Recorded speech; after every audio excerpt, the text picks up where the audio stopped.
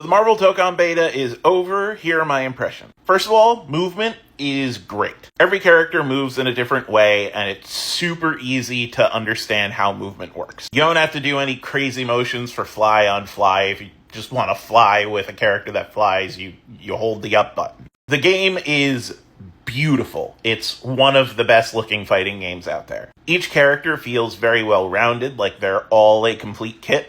Doom was super fun to play. He weirdly played a little bit like a Mortal Kombat character. One of his moves was a teleport hit grab, so you could just use it on reaction to the opponent pressing a button to immediately get a full combo. I also really like Miss Marvel. She had a lot of interesting movement and cross-up gimmicks with her, stretchy arms, which feels like it should have been a Spider-Man gimmick, but whatever. My two big gripes are this. Number one, the game suffers from too many buttons-itis. You have 3 attack buttons, your gimmick button, your skill button, which is what you use for special attacks, and then you have another button for dashing. And then there's a button macro for throwing, a button macro for tag gimmicks, a button macro for a bunch of other stuff. It's just, there's too many buttons. There's too many buttons. It's another problem with taking away special inputs. Many times I wanted to activate a character's special gimmick, and I accidentally pressed the tag button, and I got blown up for it, and, it sucked. I'll learn eventually. I'll get used to it,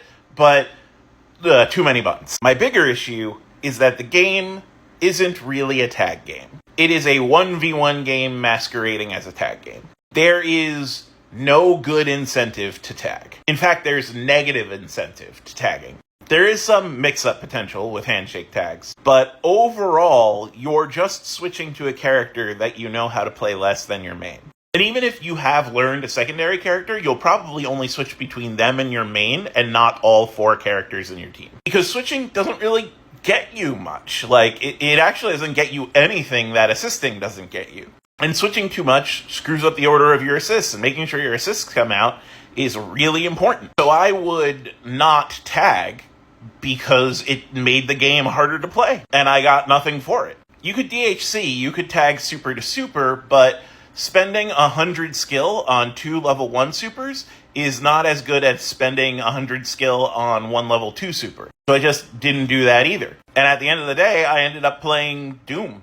Just Doom. Sometimes Miss Marvel. And even though Star-Lord and Cap were on my team, they never saw the field. So yeah, I'd like to see some incentive to tag. But other than that, I really, really enjoyed the beta. Going to the Discord, though, was a big mistake. It was peak fighting game cringe. Nothing but people complaining about the stupidest shit. Like their favorite character not being in a 6-character beta.